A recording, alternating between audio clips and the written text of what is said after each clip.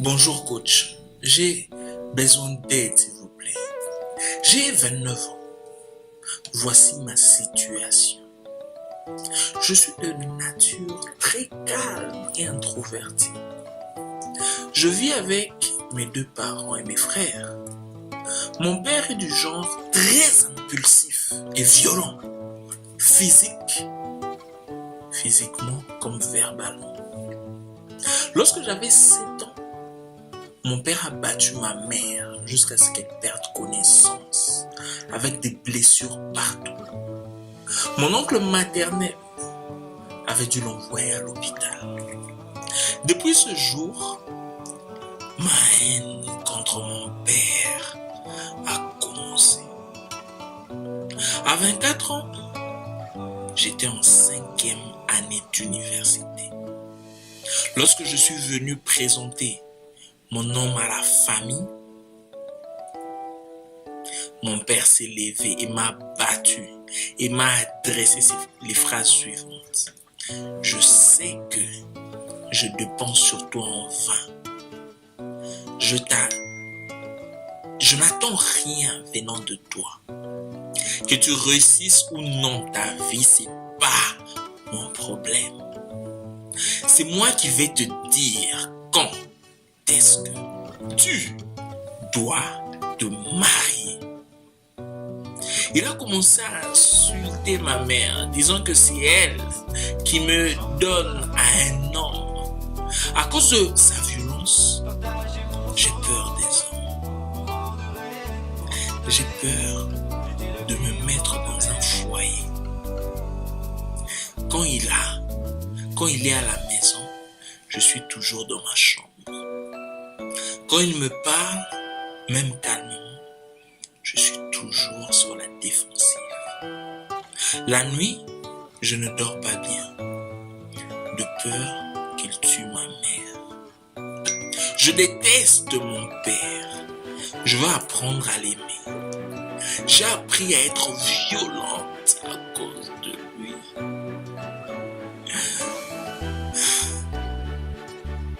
Parce que c'est le seul moyen pour l'intimider. Mais ma nature n'est pas la violence.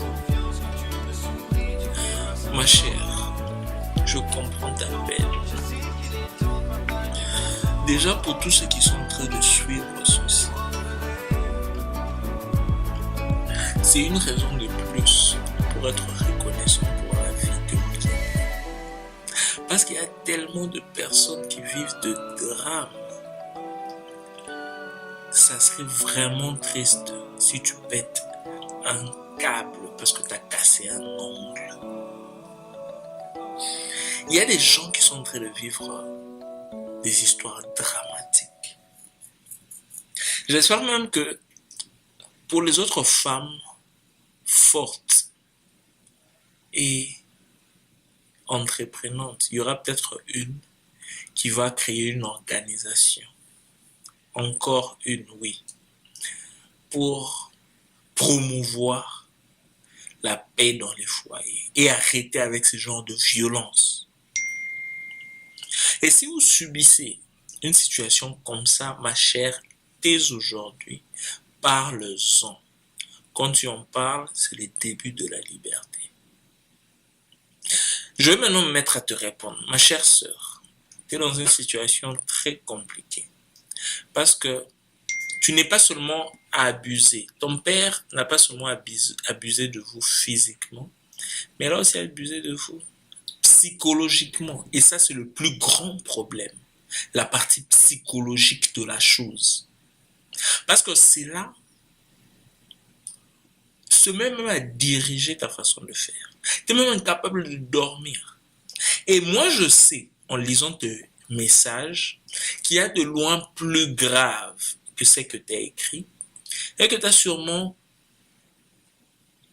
gardé cela par pudeur. Déjà, tu dois comprendre une chose. Il y a certaines femmes qui ont déjà abandonné. Ça veut dire quoi? Peu importe ce qui leur arrive dans le couple, peu importe le niveau d'abus dans le couple, elle va rester là. Ça, c'est ce que j'appelle abandonner. Parce que elle a l'impression qu'elle elle ne sait pas où partir. Et ça, généralement, c'est lié au manque de confiance en soi. Tu es jeune. La seule chose que tu devrais te mettre à rechercher dès maintenant, à mon avis, c'est l'indépendance. Tu dois sortir de cette influence-là, surtout que c'est une influence néfaste par rapport à ce que tu décris, et c'est une influence qui ne t'aide pas à évoluer. En fait, cette influence-là te met des bagages sur le corps et sur le cœur. Cette influence-là te met des bagages sur la tête psychologiquement, moralement, physiquement, intellectuellement et autres. Comment est-ce que tu vas bien travailler dans des situations comme ça? Comment est-ce que tu seras ce que tu es censé être, une femme vraie, claire, épanouie dans un environnement comme ça? Tu es une fleur, il faut un environnement propice pour que tu fleurisses. Mais le seul problème, c'est que dans le monde d'aujourd'hui, tu ne peux pas toujours attendre le prince charmant pour qu'il vienne te sauver. Dans le monde d'aujourd'hui, tu dois prendre le devant. Tu dois recommencer à prendre le devant. Parce que une situation comme ça risque de se mettre même à modeler, ça risque même de se mettre à transformer ta façon de réfléchir, ta façon de faire, ta façon d'être avec les autres. Et le plus grand problème, c'est que si ça arrive à ce point-là, une fois dans ta vie, quand tu auras des enfants, c'est exactement la même chose, ou plus ou moins la même chose que tu vas leur transmettre, et ça, c'est un problème sérieux. Donc, ce que moi je te recommande, c'est de commencer dès aujourd'hui, dès maintenant, à rechercher la liberté. Recherche la liberté du mieux que tu peux. Recherche ta liberté. Cherche à être épanoui. Cherche. Je ne sais pas si tu vas trouver du travail, si tu vas trouver ton propre appartement, mais la première étape, c'est de chercher un nouvel environnement, à mon avis. Tu vas apprendre à l'aimer, mais comment est-ce que tu vas apprendre à l'aimer si tu es là en train de voir des scénarios constamment où il est en train de frapper tout le monde, où il est en train de faire du mal à tout le monde? Il y a un proverbe qui dit: tu ne peux pas aider les faibles si tu es faible toi-même. Cherche à être forte. Cherche à être une femme leader, une femme entreprenante. Si tu es là, pose la question, demande de l'aide à la communauté et on verra comment est-ce qu'on pourra t'aider. Toutes ces femmes, il y a beaucoup de femmes ici qui ont des expériences dans le domaine là, elles sauront sûrement comment t'orienter. Ma chère sœur, mon équipe et moi sommes à ta disposition. Si tu veux un coaching plus approfondi, fais-nous signe et on verra comment est-ce qu'on peut t'aider.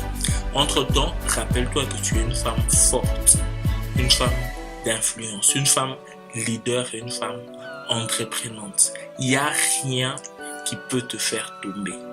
Il n'y a rien qui peut te faire tomber. Par contre, tous ces événements doivent révéler qui tu es. Je m'attends à ce que dans quelques mois, dans quelques années, tu crées une ONG pour arrêter ce genre de violence. Rappelle-toi, tu es une femme forte, une femme leader et une femme entreprenante. Fais la différence.